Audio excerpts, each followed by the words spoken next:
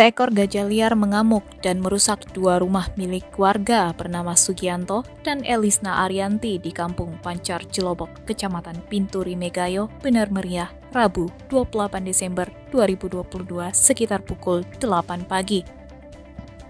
Kapolres Benar Meriah AKBP Indra Novianto mengatakan saat kejadian pemilik berada di dalam rumah dan belum berangkat kerja.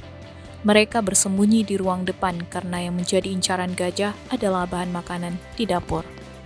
Gajah liar merusak dinding dapur milik korban.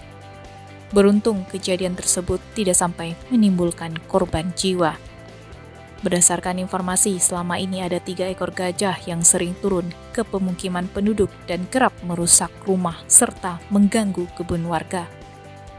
Gajah-gajah tersebut, kata Kapolres, sudah berada di pemukiman masyarakat selama 20 hari dan telah diupayakan penggiringan oleh BKSDA Aceh bersama CRU. Namun hingga saat ini, upaya tersebut masih belum membuahkan hasil. Demikian laporan Khairul Nisak dari Benar Meriah.